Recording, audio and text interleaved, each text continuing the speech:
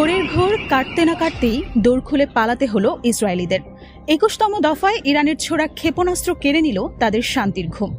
ঘোরের মধ্যেই লাখ লাখ ইসরায়েলিকে ছুটতে হলো বাংকারে। আগ্রাসনের প্রতিক্রিয়ায় ইরান ইসরায়েলে নতুন করে বিমান হামলা চালিয়েছে। ইসরায়েলের উস্কানিমূলক আগ্রাসন তেহরানকে তার দেশ ও জনগণের সুরক্ষার জন্য আঘাত হানতে বাধ্য করেছে। এই প্রতিশোধের অংশ হিসেবে ইরান সোমবার সকালে অধিকৃত অঞ্চলে নতুন করে ক্ষেপণাস্ত্র নিক্ষেপ করেছে। ইসরায়েলের অব্যাহত উস্কানি এবং ইরানের ভূখণ্ডে হামলার প্রতিক্রিয়ায় এই পদক্ষেপ নেওয়া হয়েছে, যা ইরানের আত্মরক্ষার অধিকারের অংশ বলেই তেহরান দাবি করছে।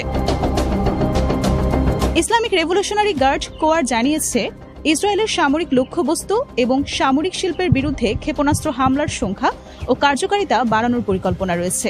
ইরানের মূল লক্ষ্য ইসরায়েলের সামরিক সক্ষমতাকে দুর্বল করা এবং ভবিষ্যতে এমন আগ্রাসন চালানো থেকে বিরত থাকা। ইরান স্পষ্ট করে দিয়েছে যে তাদের সামরিক অভিযান লক্ষ্যভিত্তিক এবং বেসামরিক নাগরিকদের লক্ষ্যবস্তু করা হচ্ছে না। ফার্স্ট নিউজ এজেন্সির রিপোর্টে বলা হয়েছে, অধিকৃত অঞ্চলে ছোড়া ক্ষেপণাস্ত্রগুলোর মধ্যে ইয়েমেনের হুথি বিদ্রোহীদের ক্ষেপণাস্ত্রও ছিল। ইসরায়েলি এমার্জেন্সি পরিষেবা বিভাগ জানিয়েছে, আশ্রয়কেন্দ্রে পৌঁছানোর ভিড় এবং তাড়াহুড়ার কারণে বেশ কয়েকজন আহত হওয়ার খবরও পাওয়া গেছে। এ ধরনের পরিস্থিতি সাধারণত আতঙ্ক এবং বিশৃঙ্খলার কারণেই ঘটে থাকে। যদিও সরাসরি ক্ষেপণাস্ত্র হামলায় কোনো হতাহতের খবর পাওয়া যায়নি, টাইমস অফ ইসরায়েলের প্রতিবেদনে বলা হয়েছে, এ ধরনের ঘটনাগুলো জনমনে তীব্র ভীতি তৈরি করে এবং নাগরিক জীবনে বড় ধরনের প্রভাব ফেলছে। ইরান জানিয়েছে, এই হামলা ইসরায়েলি শাসনের বিরুদ্ধে চালানো অপারেশন ট্রু প্রমিস 3-র ২১তম ধাপ। এই অপারেশনগুলো ইরানের দীর্ঘমেয়াদী পরিকল্পনারই অংশ, যা ইসরায়েলের উপর চাপ সৃষ্টি করতে এবং তাদের আগ্রাসী নীতি পরিবর্তন করতে ডিজাইন করা হয়েছে।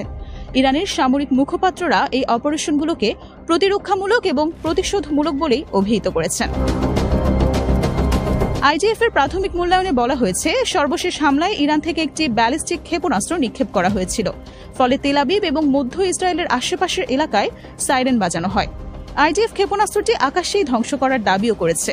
তাদের মতে, ক্ষেপণাস্ত্র প্রতিরক্ষা ব্যবস্থা সফলভাবে কাজ করায় বড় ধরনের ক্ষয়ক্ষতি এড়ানো সম্ভব হয়েছে। ম্যাসেন ডেভিড অ্যাডম জানিয়েছে, জনবসতিপূর্ণ এলাকায় কোনো আঘাতের খবর পাওয়া যায়নি। হোম ফ্রন্ট কমান্ড জানিয়েছে, সাইরেন বাজানো এলাকার বেসামরিক নাগরিকরা হামলার পর আশ্রয়কেন্দ্র ছেড়ে যেতে পারবেন।